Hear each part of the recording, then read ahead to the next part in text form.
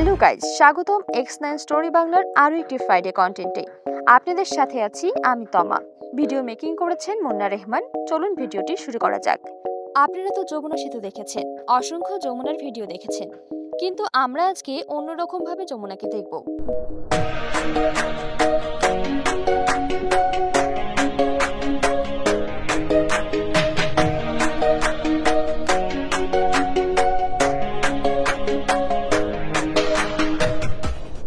যমুনা নদী সম্পর্কে বিভিন্ন সময় বন্যা ও দুর্ঘটনায় বহু মানুষের মৃত্যু ঘটেছে, কিন্তু সঠিক সংখ্যা নির্ধারণ করা কঠিন, কারণ এটি নির্ভর করে নির্দিষ্ট সময়সীমা এবং ঘটনার উপর।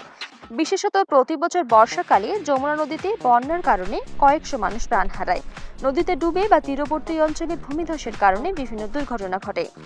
2020 সালের মতো কিছু বড় বন্যায় হাজার হাজার মানুষ ক্ষতিগ্রস্ত হয়েছিল, তবে মৃতের সংখ্যা কিছু ক্ষেত্রে সরকারি হিসেবের চেয়ে বেশি হতে পারে।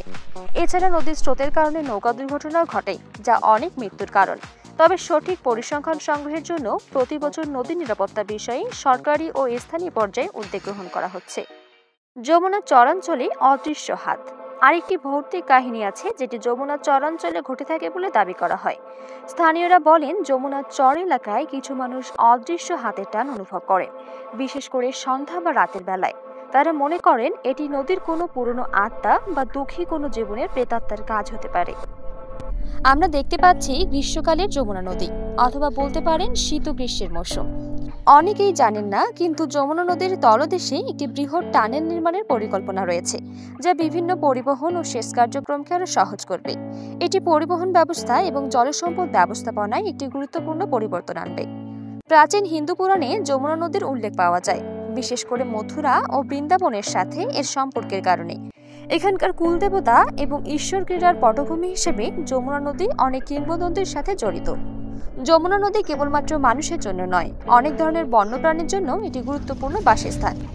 বিশেষ করে শীতকালে যমুনার বিভিন্ন চরাঞ্চলে নানা ধরনের পাখি, মাছ এবং জলজ প্রাণীর বসবাস বৃদ্ধি পায়।